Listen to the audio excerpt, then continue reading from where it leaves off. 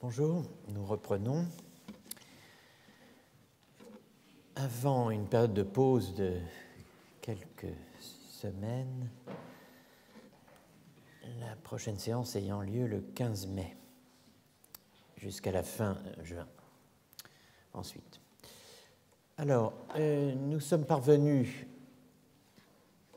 la semaine dernière à la mise en place du dispositif de la quiddité et de la quicité selon Heidegger. Nous avons vu que sur cette base,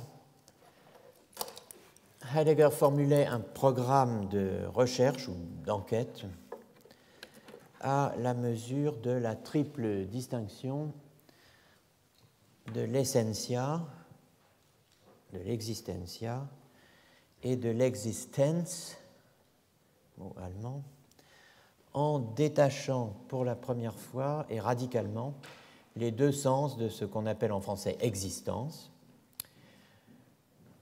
Premier sens, le sens médiéval, chosique, de l'être sous la main, Vorhandensein, en termes kantiens de la réalité effective, Wirklichkeit, et le sens proprement existentiel, valant pour la sphère de la Gemeinigkeit, mienneté, l'anglais mindness, celle du je, du tu et du nous, réclamant une analytique du mode d'être de l'étant susceptible de répondre à la question qui, une analytique du mode d'être de l'étant répondant dans son être de la question qui, une analytique du mode d'être de l'étant constitué ontologiquement par ce qui est provisoirement visé à travers les termes Wahrheit et Existence, d'un mot, le Dasein, l'être-là humain. Il faut montrer, voilà le programme de recherche, positivement en quel sens chaque étant peut être interrogé en direction de son quid, qu'est-ce que, mais aussi en quel sens un certain type d'étant doit nécessairement être abordé à travers la question qui. Ce n'est qu'à partir de là que le problème de la distinction d'essentia et d'existentia révélera toute sa complexité. La question ne concerne pas simplement le rapport de la Washeit, le ce que c'est, et de la Vorhandenheit, l'être ou l'étentité sous la main, n'est-ce pas, de la quiddité et de la subsistance, traduction courtine, mais encore celle de la Wahrheit et de l'existence, de la quicité et de l'existence, au sens que nous lui avons donné de mode d'être de l'étant que nous sommes nous-mêmes.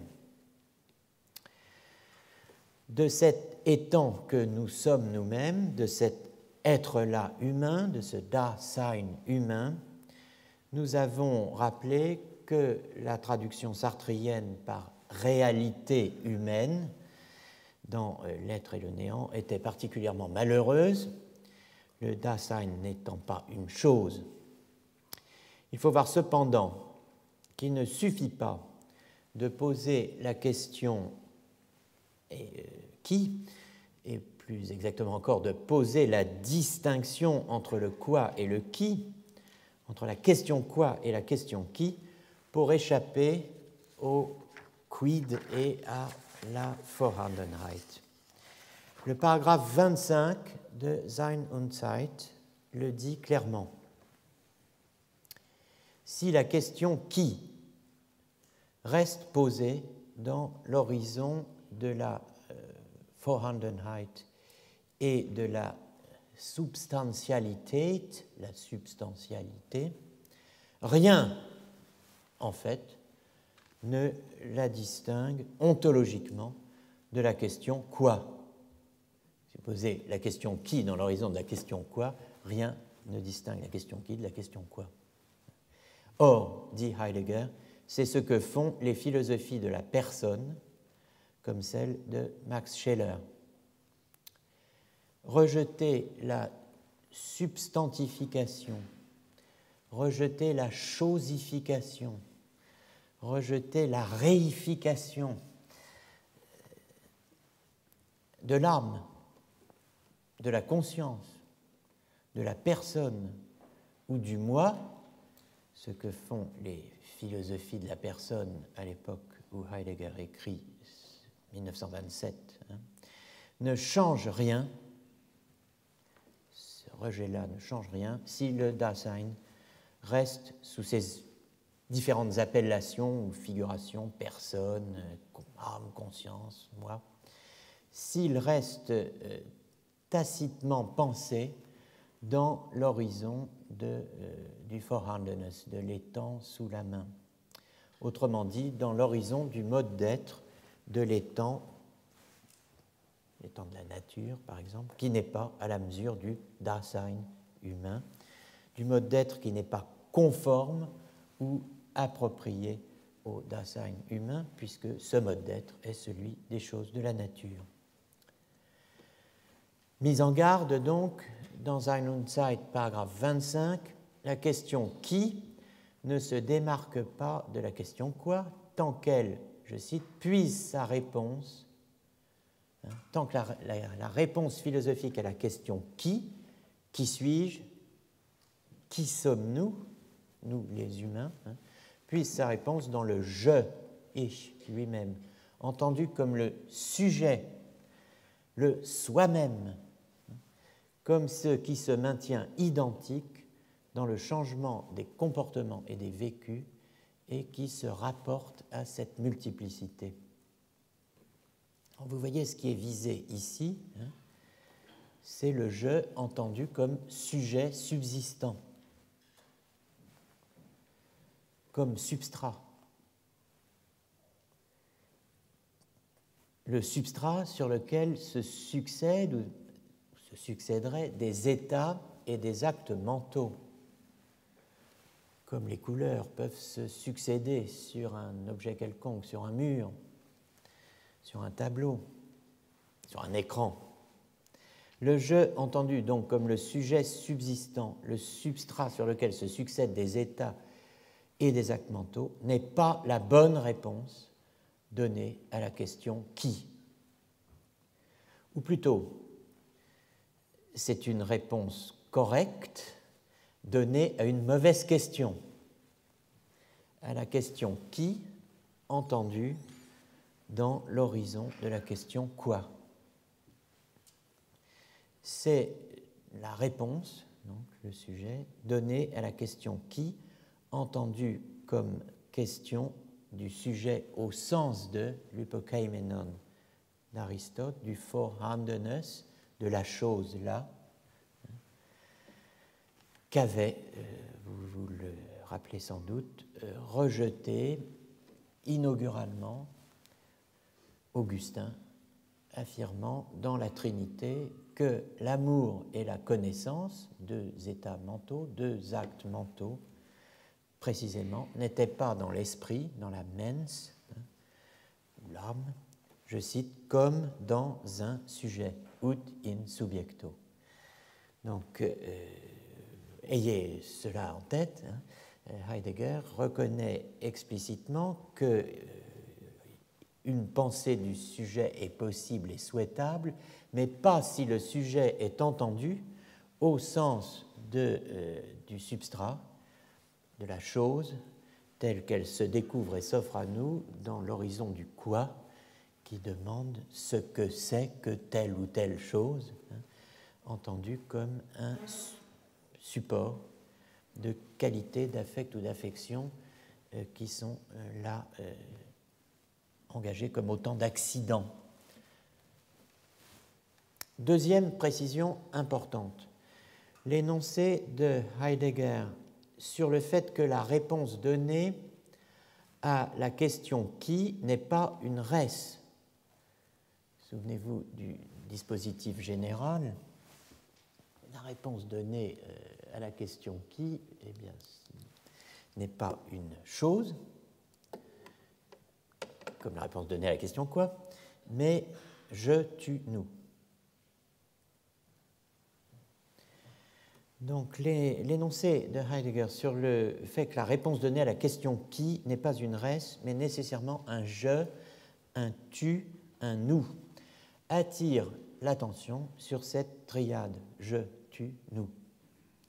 J'aurais à revenir sur le statut du nous, wir, chez Heidegger. Et c'est un élément décisif dans l'évaluation, et pas l'évacuation, grand Dieu, dans l'évaluation de la signification, évaluation de la signification, d'ensemble et de la portée réelle du cours de 1934, que beaucoup s'efforcent d'évacuer précisément, mais pas moi, du cours de 1934 sur l'essence du langage, évoqué la semaine dernière, car c'est dans ce texte de 1934 que réponse est donnée à la question « Qui sommes-nous nous-mêmes ?» sous une forme, tout de suite la réponse « Nous sommes le peuple », sous une forme qui laisse place à une série de formulations comme « Nous sommes là », alors vous entendez « Dasein », nous sommes là, dans l'appartenance à ce peuple. Discours fait aux étudiants. À ce peuple. Quel peuple? Alors, des expressions et des interrogations. Dans la traduction française, vous retrouvez ça, par exemple, page 83. Des interrogations sur le peuple et la race, qui, c'est le moins qu'on puisse dire, méritent d'être regardées de près.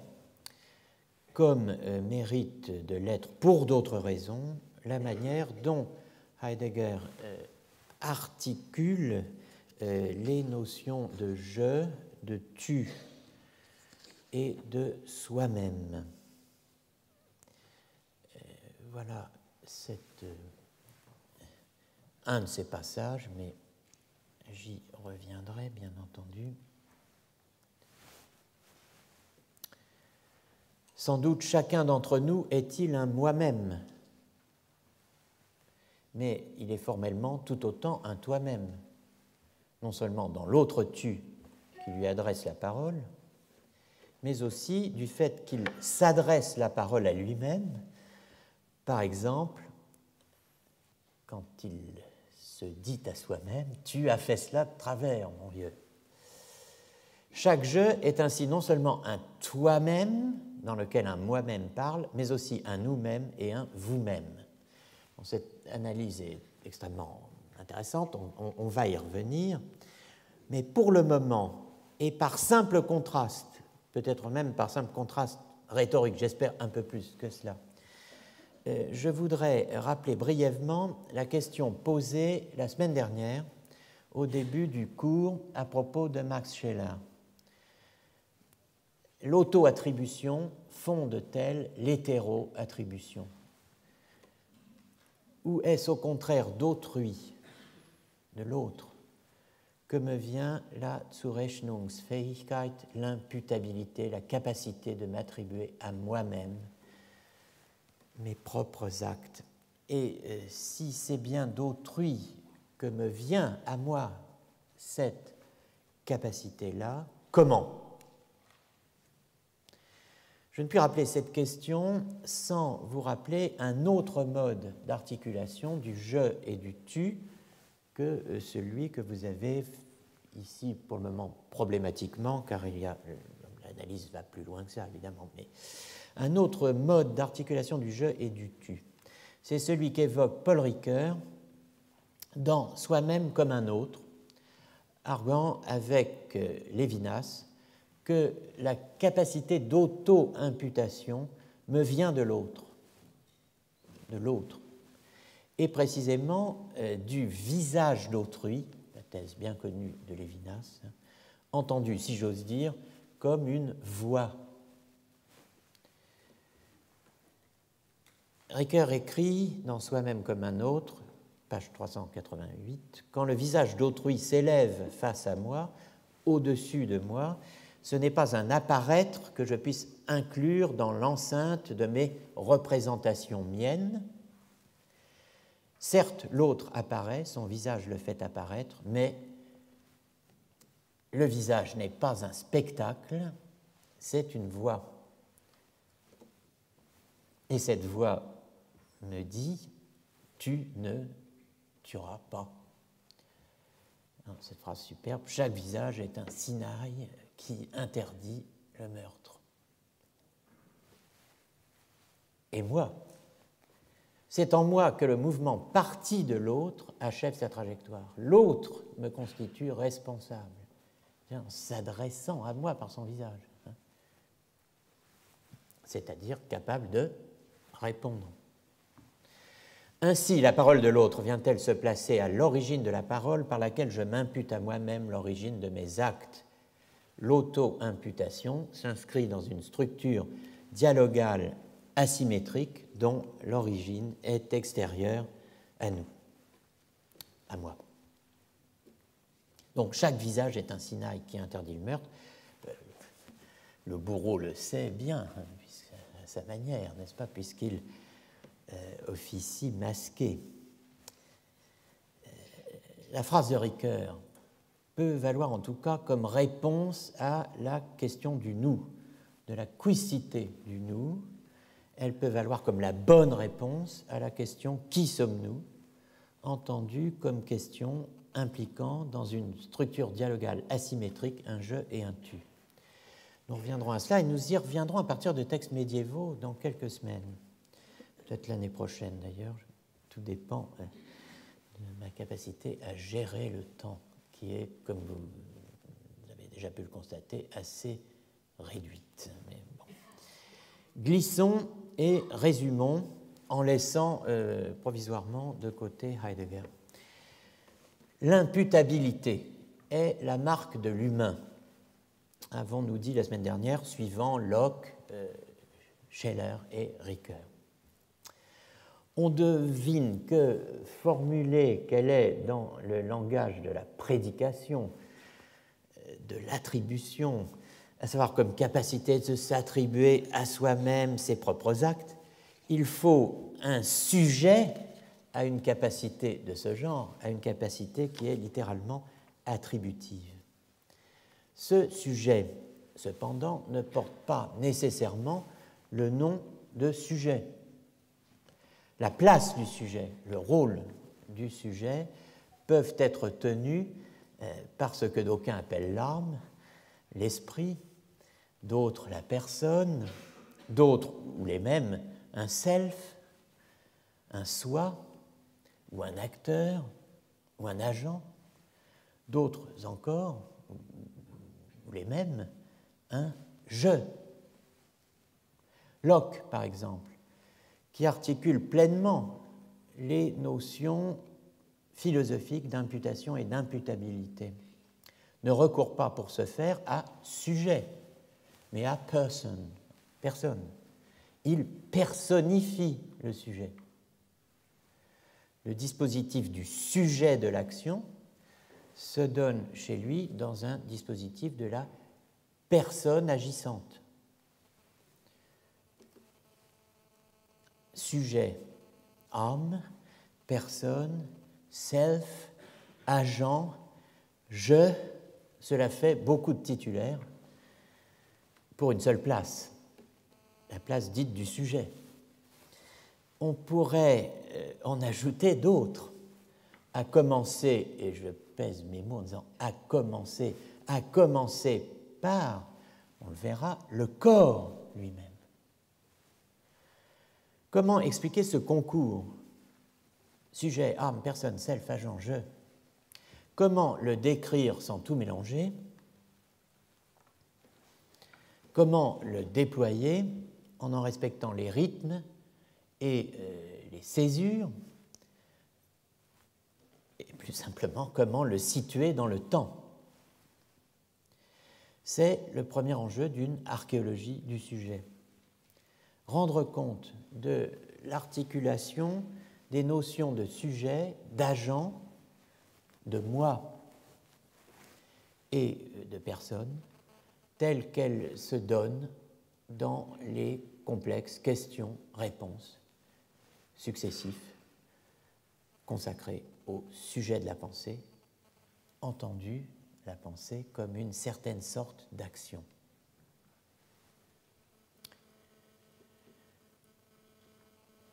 La suite, une considération plus large de l'action, au-delà de l'acte de pensée, mais aussi la considération donc de la volonté et du vouloir découleront de ce que j'annonce là, en tout cas dans le parcours que je vous propose. Pour l'heure, il me paraît nécessaire de rappeler quel a été mon propre point de départ dans l'archéologie du sujet, point de départ que laissaient entendre les premiers mots prononcés lors du cours du 6 mars. Ce point de départ était et reste la lecture de Nietzsche. J'annonçais, vous le rappelez peut-être, l'histoire d'une triple superstition. Une superstition populaire datant des temps les plus reculés. La superstition de l'âme, qui, disait Nietzsche, n'avait pas fini de semer le trouble sous la forme moderne de la double, je cite, superstition du sujet et du je. La superstition de l'âme renvoie à la question de l'homme. La superstition du sujet et du je renvoie, c'est bien le moins, à la question du sujet, distinguée avec Foucault lors des précédents cours. Question de l'homme, question du sujet. Je reviendrai évidemment sur ces deux questions comme telles, question de l'homme, question du sujet, sur les rapports qu'elles entretiennent et les problèmes de périodisation que posent ces rapports d'un point de vue foucaldien, d'un point de vue non foucaldien, voire d'un point de vue anti-foucaldien. Aujourd'hui, je voudrais me concentrer sur la Subjekt und ich Aberglaube, la superstition du sujet et du je. L'expression Aberglaube, superstition, est forte. On le disait lors du premier cours. Il est intéressant de noter qu'elle a un parallèle exact chez Wittgenstein. Dans les carnets 1914-1916, comme on dit, n'est-ce pas, on trouve en date du 4 août 1916 ceci. Ist nicht am Ende das vorstellende Subjekt bloßer Aberglaube? Wo in der Welt ist ein metaphysisches Subjekt zu merken? Point d'interrogation. Est-ce qu'en fin de compte, le sujet vorstellende représentant n'est pas pur et simple Aberglaube, superstition? Où pourrait-on bien, au monde, comme on dit en allemand, enfin in der Welt, trouver un sujet métaphysique? Montrez-moi ça. Ein metaphysisches Subjekt.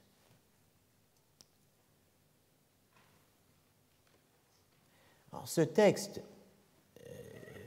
la deuxième phrase, wo in der Welt ein metaphysisches Subjekt zu merken, ist ein metaphysisches Subjekt zu merken, c'est repris dans le Tractatus. Donc, vous voyez, les carnets ont eu un prolongement, le cas échéant, dans le Tractatus. Ce texte éclaire précisément le passage du Tractatus cité par Olson dans l'article sur l'identité personnelle de la Stanford Encyclopedia of Philosophy. Vous vous rappelez peut-être ce texte, Wittgenstein, Tractatus 5, 631, Das denkende vorstellende Subjekt gibt es nicht. Il n'y a pas de sujet pensant et représentant, que Olson présentait, lui, comme the paradoxical view that there is nothing that we are, la thèse paradoxale sur laquelle il n'y a rien que nous soyons. Chez Nietzsche, la superstition, Aberglaube, du sujet et du jeu est présentée comme le produit relatif de ce qu'il appelle la superstition des logiciens et de la routine grammairienne, ou, selon une autre traduction, de l'habitude grammaticale.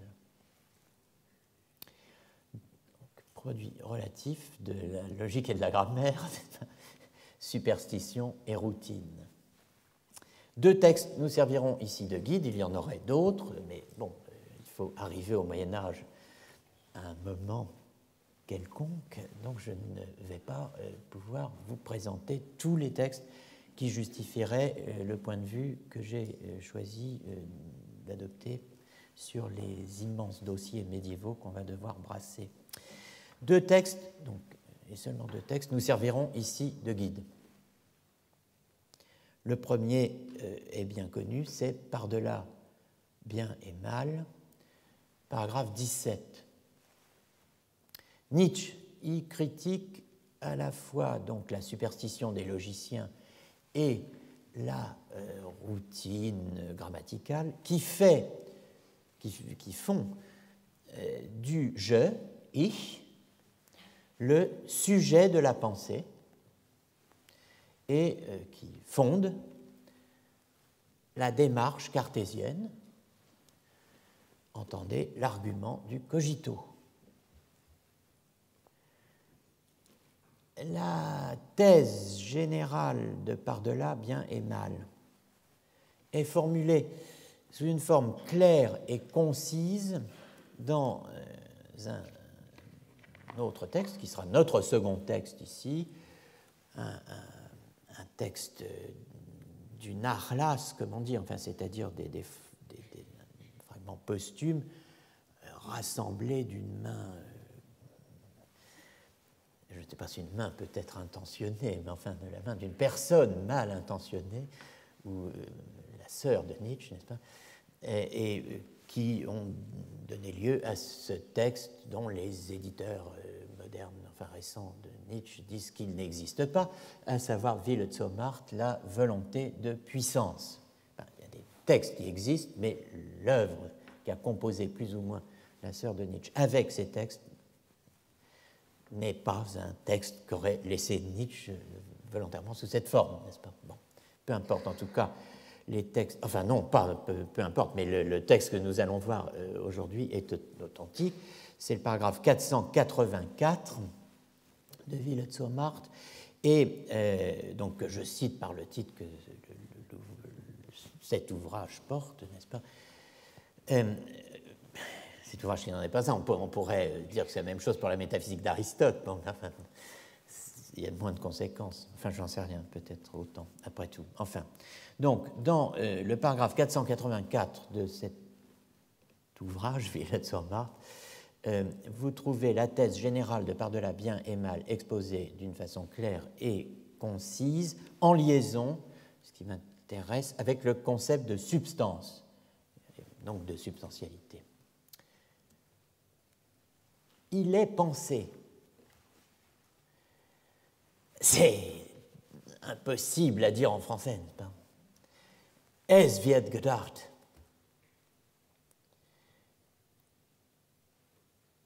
Il s'ensuit donc qu'il y a quelque chose de pensant. Folglich gibt es Denkendes.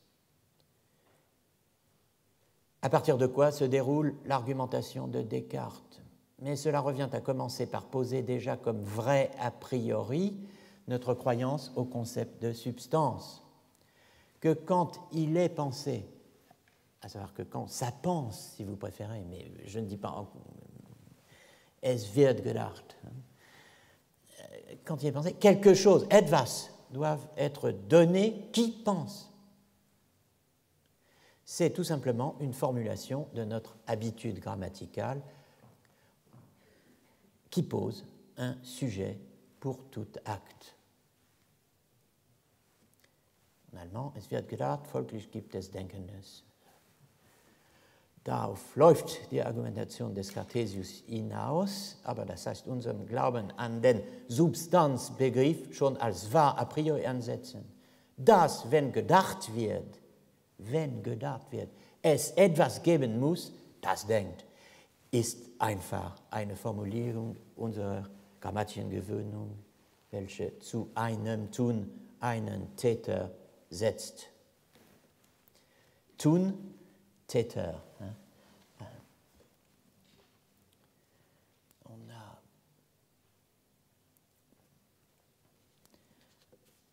On a parfois du mal avec le vocabulaire allemand de l'agir, n'est-ce pas? Les personnes insomniaques qui ont peut-être subi à un moment quelconque de leur vie un feuilleton policier allemand de la même veine que l'inspecteur Derrick, n'est-ce pas? C'est-à-dire quelque chose qui est censé vous endormir quand même à un moment quelconque, mais pas toujours malheureusement, se souviennent peut-être d'une série qui s'appelait Tator, comme on disait quand on l'annonçait, les speakerines disaient « Et maintenant, Tator ». Alors on se demandait quel était le tort. Alors comme c'était un crimi, on sait que le tortue, mais enfin bon. Mais c'était évidemment Tatort, le lieu du crime. Mais bon. Alors, un Tun-Täter, hein? Agent, acte. Mais bon. En attendant donc de revenir sur le plus saillant, le rapport à la substance, unseren Glauben an den Substanzbegriff, hein, le rapport à la substance qui est l'alpha et l'oméga, dont philosophiquement tout part et à quoi tout revient, hein, au schème de la substantialité, de la Substantialität, de la Vorhandenheit heideggerienne qui réclamerait et recevra dans les prochains cours les analyses nécessaires. Permettez-moi 2 remarques. Alors, premièrement, le paragraphe 484 de Wille-zur-Markt esquisse le réseau de propositions qui porte en sous-main ce que j'appelle l'invention du sujet cartésien. Comme il porte en sous-main, aux yeux de Nietzsche, ses propres observations censées frapper au cœur l'argumentation de Descartes. Ce réseau de propositions constitue l'a priori formel, et on le verra, l'a priori historique, valant évidemment pour les deux, le Descartes de Nietzsche et ce que j'appelle l'invention du sujet cartésien. Voilà ce qu'on pourrait présenter sous le titre de, pour qualifier ces 4 propositions, il faut bien leur donner une sorte de titre, les 4 réquisites de la pensée. A, B, C, D. C'est le réseau qui sous-tend la rencontre de la superstition du logicien et de la routine grammaticale. A, toute pensée requiert un pensant. B, toute pensée requiert un sujet. C, toute pensée requiert un pensant, Denkendes, hein, qui est un sujet. Et finalement, toute pensée requiert un sujet qui est son pensant. La conjonction des thèses A et B, si on se limite à ça, toute pensée requiert un pensant, toute pensée requiert un sujet. Ça paraît aller de soi. Hein, bon. Bien, cette conjonction des thèses A et B est riche d'implications, ça on le verra, mais elle est riche aussi de présupposés, et de présupposés philosophiques que l'on peut inscrire dans une histoire générale de la philosophie. Soutenir A, toute pensée requiert un pensant. Ça n'a l'air de rien, mais c'est rejeter l'existence ou la simple possibilité de penser sans penseur, de penser sans pensant. Autrement dit, c'est rejeter l'existence ou la possibilité de penser en soi, an sich. pensée en soi. Ce à quoi on peut donner toutes sortes de sens en philosophie. Alors, rassurez-vous, on ne va pas les voir tous, mais on va en mentionner deux. Premièrement, une idée avec un grand I, une forme intelligible platonicienne, séparée, comme on dit. C'est une pensée sans penseur. C'est un intelligible toujours déjà en acte. C'est un intelligible qui, pour être en acte, n'a pas besoin d'y être conduit, qui n'a pas besoin d'y être porté par un intellect. C'est un intelligible qui est en acte sans avoir pour cela à être au préalable actualisé, mener de la puissance à l'acte par un processus quelconque, un processus qu'on appelle en général l'abstraction, qui conduit l'intelligible en puissance à l'intelligibilité en acte. L'abstraction, que l'on peut au minimum voir de deux façons dans l'histoire de la philosophie, dépouillement de toute matière, dépouiller un intelligible de toute matière, c'est-à-dire de toutes les circonstances particulières qui l'accompagnent. Ça fait que vous pourriez accomplir un acte d'abstraction sur un seul échantillon, en simplement mettant de côté tout ce qui est matériel dans la représentation que vous avez d'une entité quelconque. Rappelez-vous l'exemple du triangle qui est si souvent pris. Soit un triangle, ce triangle-là, il n'est ni équilatéral, ni isocèle, vous ne l'avez normalement pas vu, vous avez fait abstraction de toute figuration sensible qui vous ferait voir ce triangle-ci plutôt qu'un triangle en général. Bon, la question de savoir si ceci est possible, c'est une autre affaire, elle est discutée depuis l'Antiquité tardive. Voilà. Donc ça, c'est le dépouillement de toute matière, l'abstraction dématérialisation, c'est-à-dire tout ce qui a trait à la sensation. Deuxièmement, l'induction abstractive, le passage du plusieurs, du multiple à l'un. Plusieurs cas d'arbre me donnent cela, la représentation, l'arbre. Dans un cas, la dématérialisation, c'est ce qu'on appelle l'aphaïrésis, ce qu'on appelle l'abstraction. Dans l'autre, c'est l'épagogé, l'induction. Les deux se trouvent chez Aristote. Vous voyez, c'est vieux. Bon. Deuxième exemple dans l'histoire de la philosophie d'une pensée sans pensant, donc de rejet de la thèse A, toute pensée requiert un pensant. Eh bien, c'est une pensée au sens frégéen, ce qui nous conduit au point B. Toute pensée requiert un sujet, et à la signification substrative, subjective, ontique, matérielle du sujet appliqué à la pensée. Donc un énoncé moderne du point B, toute pensée requiert un sujet, est la thèse de Frege sur la pensée, en allemand der Gedanke,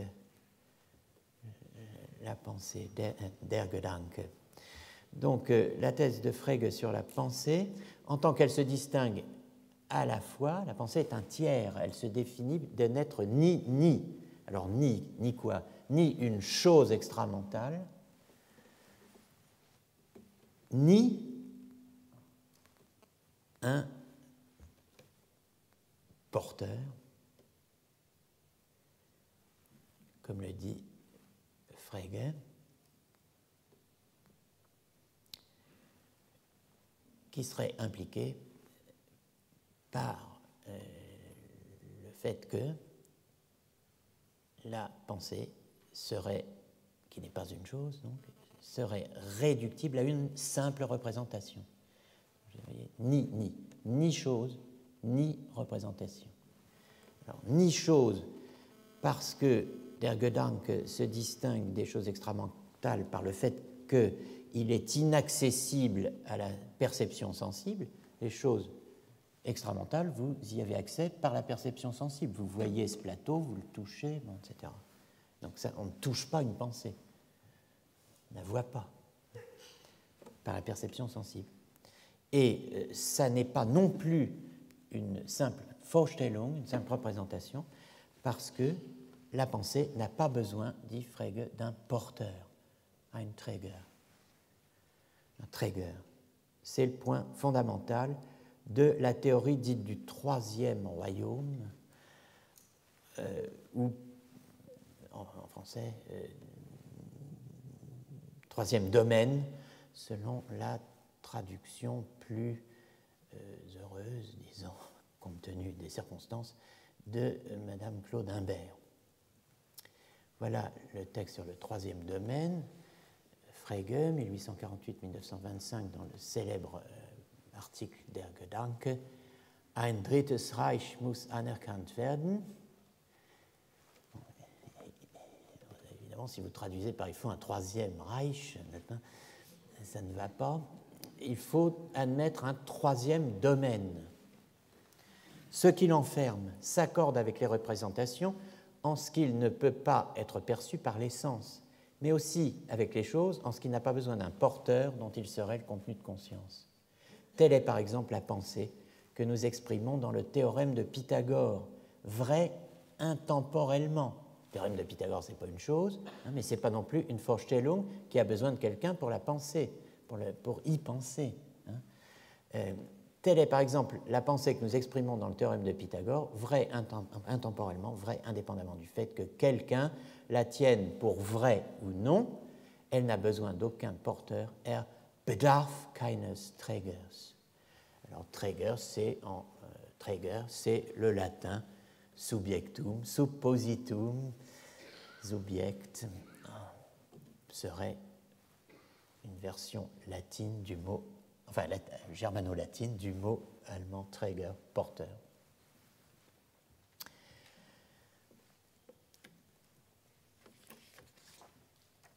Laissant de côté le thème des propositions ou des vérités en soi, qui est marqué là, que nous retrouverons, n'est-ce pas, en traçant, nous intéressant archéologiquement à certaines thèses de Bolzano et de la philosophie autrichienne moderne dans les philosophies antiques et médiévales, car elles y sont esquissées.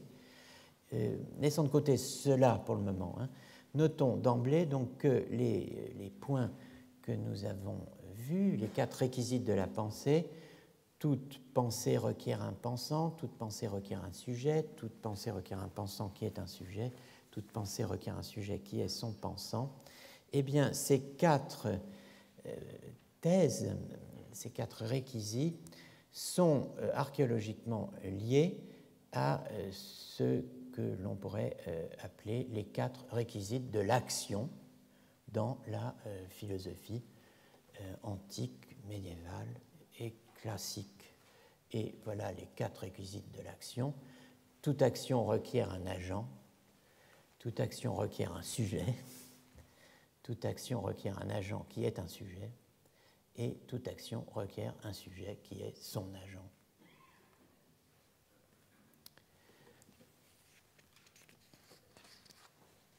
La réflexion philosophique, les discussions, les complexes constitués de questions et de réponses sur le sujet de la pensée, ce dont je vous parle depuis le 6 mars, suivent, selon moi, qui suis un vieux post-structuraliste, suivent des lignes dessinées d'avance par les possibilités problématiques d'inférence d'une proposition à l'autre. Ces propositions que nous avons ici, A, B, C, D en italique, et ce que nous avions tout à l'heure, A, B, C, D, j'aurais pu appeler ça autrement, mais bon, les 4 réquisites de la pensée et les 4 réquisites de l'action sont là formulés de telle façon que 2 questions se posent à nous. qui sont prétracées, comme je le dis, qui sont des possibilités pures de pensée qui vont être remplies ou non dans l'histoire. Qu'est-ce qui autorise, légitime, explique, ou le cas échéant, bloque le passage de A à B? Autrement dit, de toute action requiert un agent à toute action requiert un sujet. Qu'est-ce qui légitime cela? Qu'est-ce qui l'autorise? Le cas échéant, qu'est-ce qui le bloque? Voilà un type de question. Toute action requiert un agent, toute action requiert un sujet. Comment passe-t-on de A à B? Qui, comment, quoi? Comment cela s'est-il fait? Mais aussi, et de là, évidemment, ce qui vaut pour l'action, en fait de questionnaire et de possibilité d'investigation conceptuelle, vaut naturellement pour la pensée, entendue comme un certain type d'action. Autrement dit, qu'est-ce qui légitime, autorise ou bloque le passage de toute pensée requiert un pensant à toute pensée requiert un sujet? Et évidemment, on a ensuite à affronter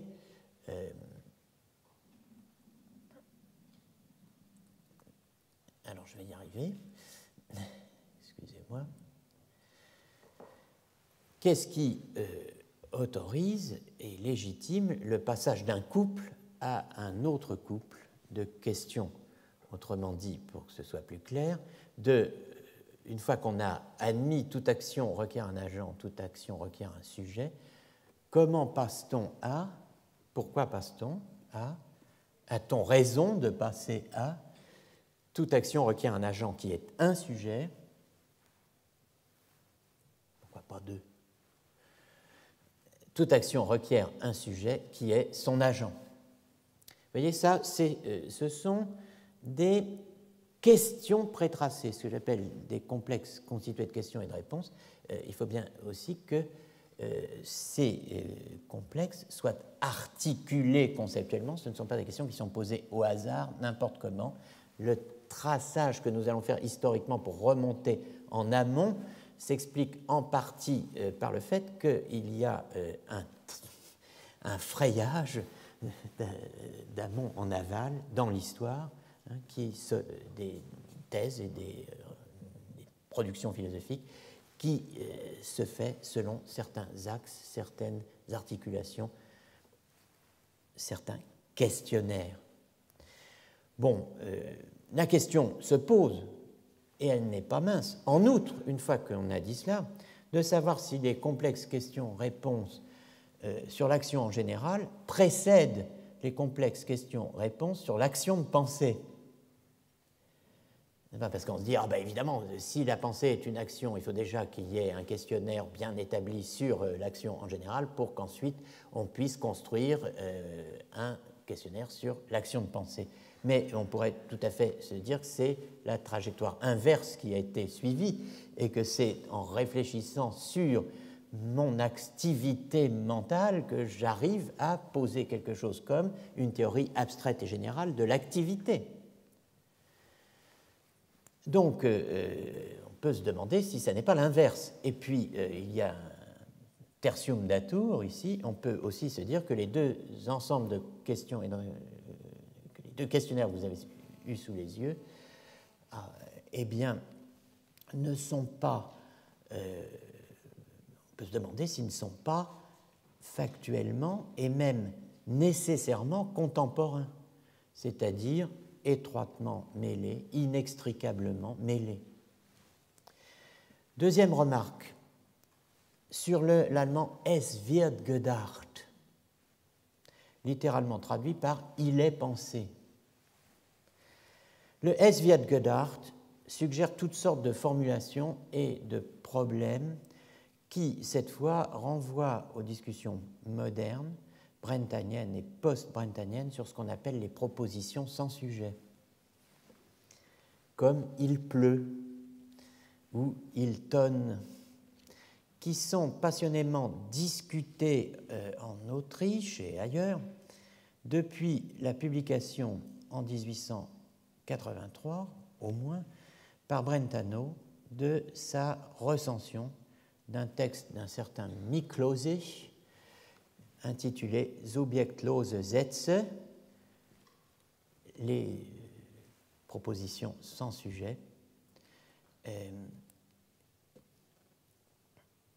réédition donc d'un texte qui était paru Subjektlose Sätze initialement sous le titre dit Verba impersonalia im Slavischen, les verbes impersonnels dans les langues slaves, n'est-ce pas, le texte de Miklosic. Donc vous voyez, c'est un texte de linguiste, là, et sans l'intervention philosophique de Brentano, on aurait peut-être oublié depuis longtemps, je n'en sais rien, le texte de Miklosic. Donc j'insiste, dans les années 1880, on discute philosophiquement des énoncés comme Es wird gedacht, sous la forme de « il pleut », il mouille, n'est-ce pas? On connaît, non pas la chanson, mais la comptine.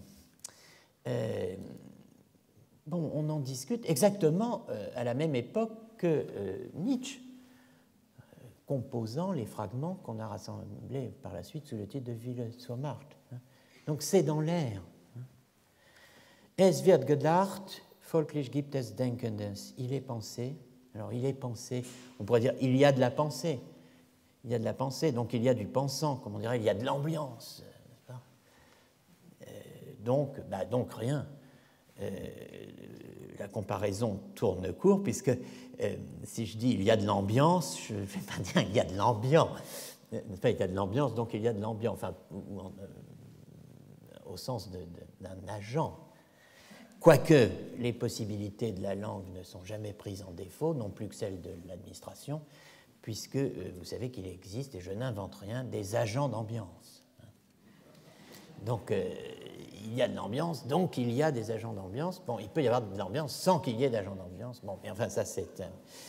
En tout cas, le passage du ça pense ou du il pense à il y a du pensant, ou à il y a un pensant, ou plus simplement une phrase comme « qui dit penser dit pensant », qui serait peut-être l'expression la moins déroutante en français pour « Es wird gedacht, folglich gibt es Denkendes », c'est pour Nietzsche un postulat logico-métaphysique et pas un constat.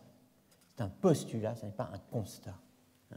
La voie cartésienne, dit-il, la voie du cogito, la voie, le chemin, n'est-ce pas, du cogito ne mène pas à la certitude absolue d'un fondement, d'un fundamentum inconcusum, d'un fondement inébranlable.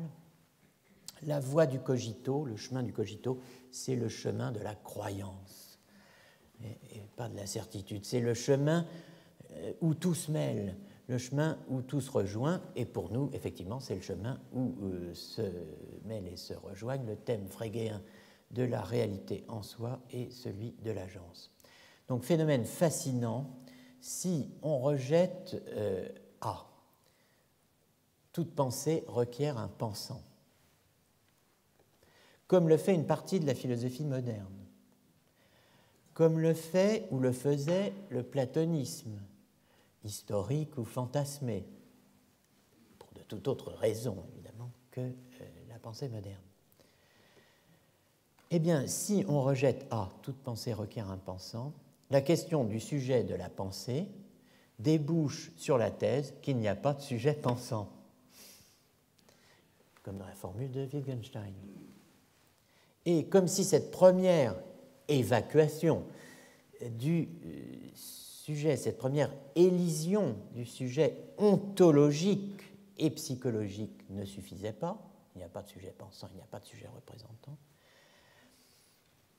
émerge la thèse que logiquement, linguistiquement, la meilleure expression de l'acte de pensée, de ce qui a lieu lorsque il y a pensé, lorsque es wird gedacht, c'est la proposition sans sujet.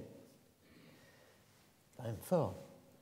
Pauvre sujet, qui se voit, dans le cas de la pensée, débouté de ces deux rôles, titres de ces deux rôles principaux qu'on suivait depuis le début du cours.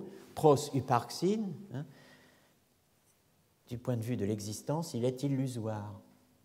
Et pros catégorian, du point de vue de l'attribution, il est inutile. En somme, ça pense sans lui. C'est en quelques mots le diagnostic de Nietzsche dans le paragraphe 484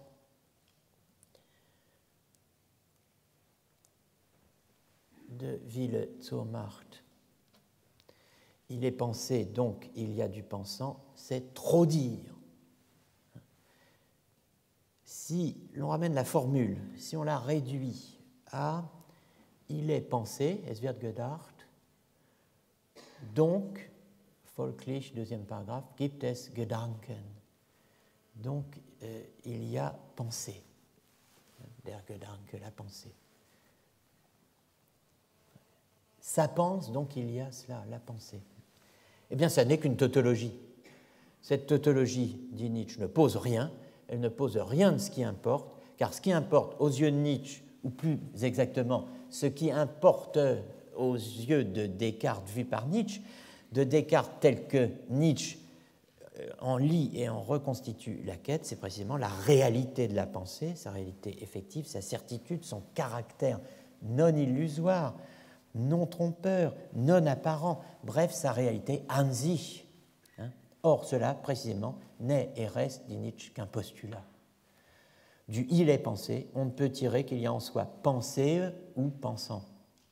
Du « es wird gedacht », on ne peut séparer réellement ni pensant ni pensée pour les poser en soi à part du processus. Donc, par-delà bien et mal, Nietzsche s'en prend frontalement au postulat logico-métaphysique de Descartes en analysant ce que j'appellerais le syllogisme du grammairien, censé fonder la supposée certitude immédiate du cogito cartésien. En l'espèce du dit syllogisme, ce sont nos 4 propositions. Toute action requiert un agent, etc. Mais surtout, toute pensée requiert un pensant, toute pensée requiert un sujet, toute pensée requiert un pensant qui est un sujet, toute pensée requiert un sujet qui est son pensant. Ce sont ces 4 propositions qui sont mises en cause à la base. Mises en cause à la base dans ce paragraphe 17, donc, du brûlot nietzschéen qu'est par-delà bien et mal. Regardons l'argument grammatical, qu'il vaut mieux appeler argument d'ailleurs que syllogisme. Denken ist eine Tätigkeit. J'ai quand même mis des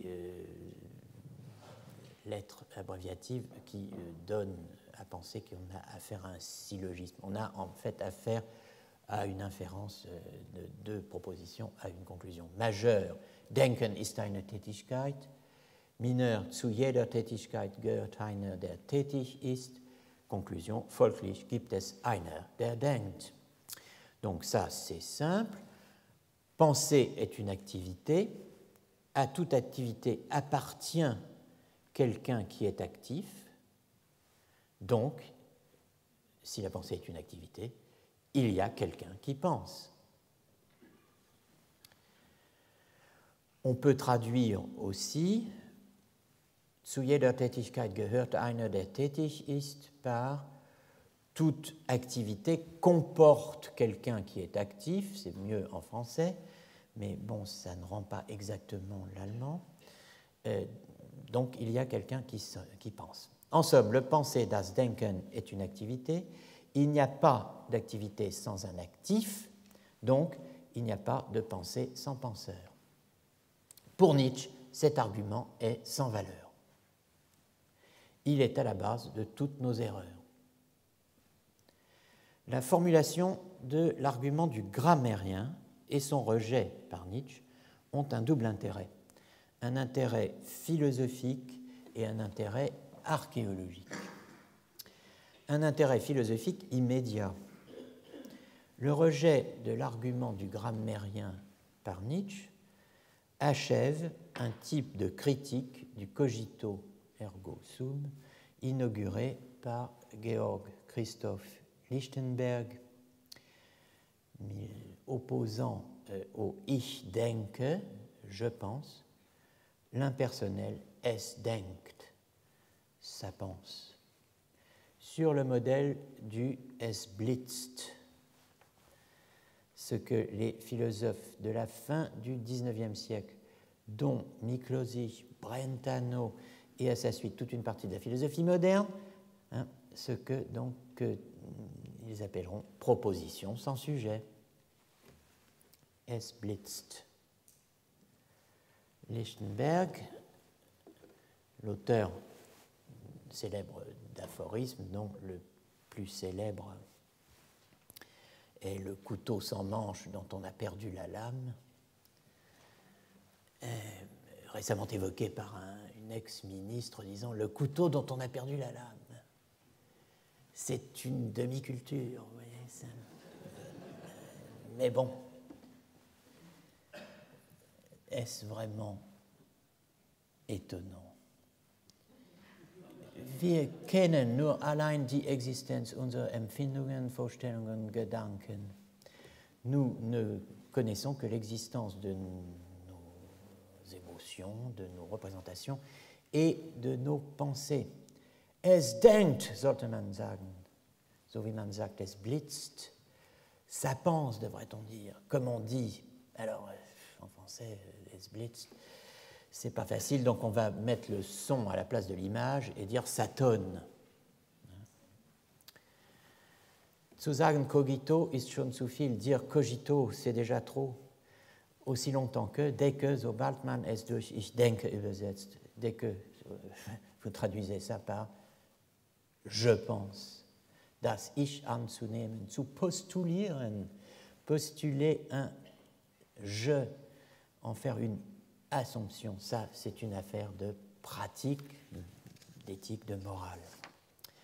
Un type de critique qui est poursuivi par Schelling, c'est une longue histoire, avançant un Es wird in mir gedacht au lieu du cogito dans les célèbres Münchner Vorlesungen de 1833-1834 qui sont intitulés n'est-ce pas, Contribution à l'histoire de la philosophie moderne, zur Geschichte der neuen Philosophie, où Schelling insiste, la certitude que Descartes attribue au cogito ergo sum ne supporte pas l'examen, elle est aveugle et irréfléchie, elle est simplement empirique. En réalité, nous pouvons mettre en doute jusqu'au je pense, du moins sous la forme qu'il a chez Descartes.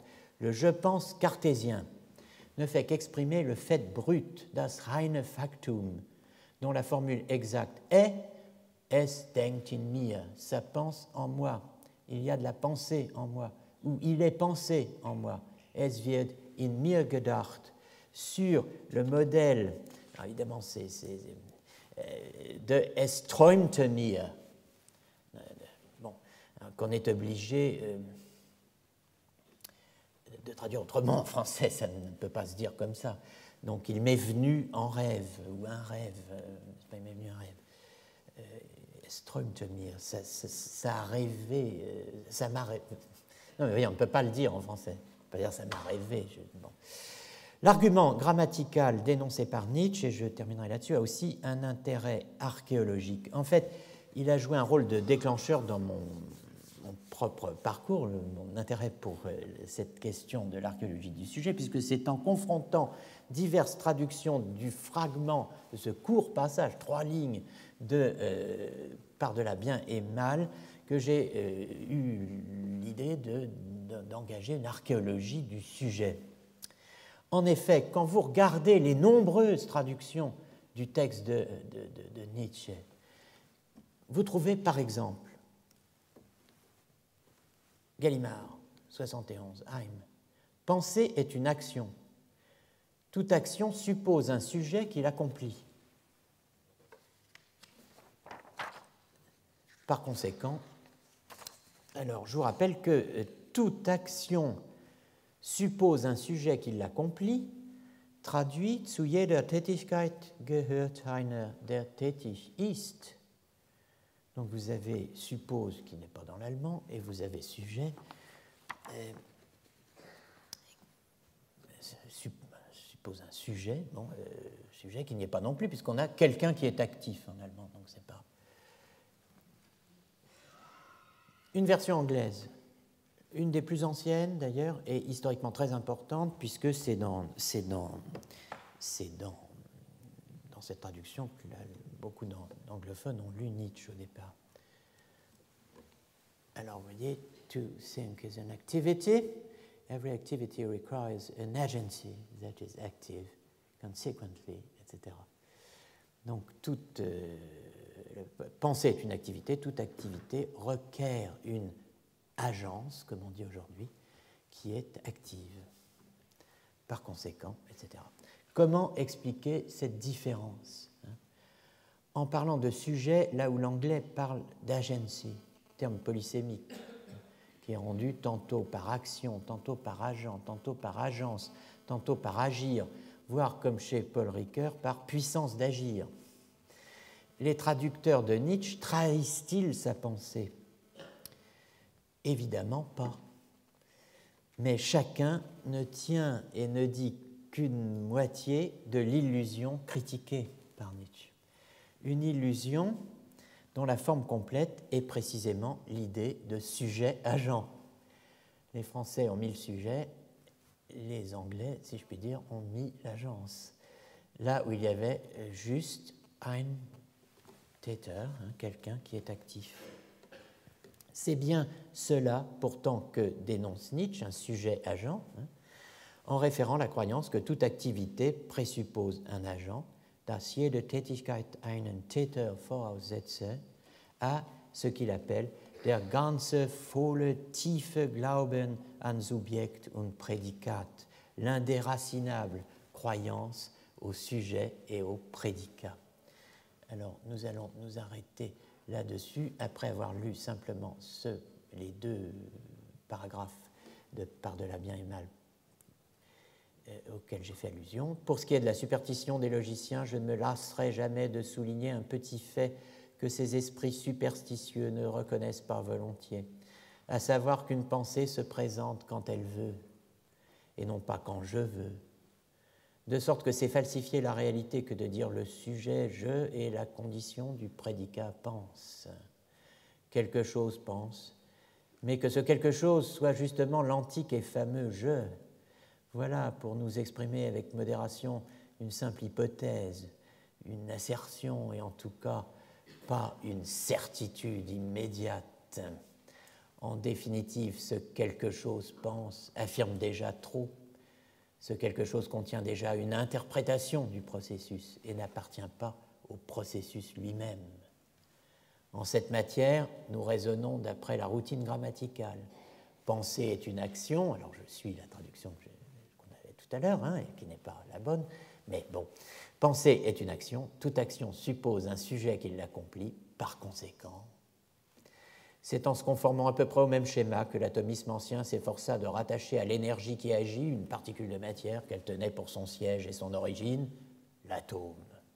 Des esprits plus rigoureux nous ont enfin appris à nous passer de ce reliquat de matière, et peut-être un jour les logiciens s'habitueront-ils eux aussi à se passer de ce quelque chose auquel s'est réduit le respectable jeu du passé. Nous arrêtons là pour aujourd'hui. Alors, comme je vous le disais, nous nous arrêtons pour un certain temps puisqu'il n'y a pas de cours pendant les 2 prochaines semaines et la conjonction des astres fait que, et de l'histoire, fait que les 2 premiers jeudis de mai sont respectivement le 1er mai et le 8 mai. Donc, si j'ose dire, il saute. Et donc, nous retrouverons 8 et 7, 15. Le 15 mai, ici même, avec du pain sur la planche et pas mal de pain médiéval qui sera donc un peu noir, comme vous pouvez l'imaginer.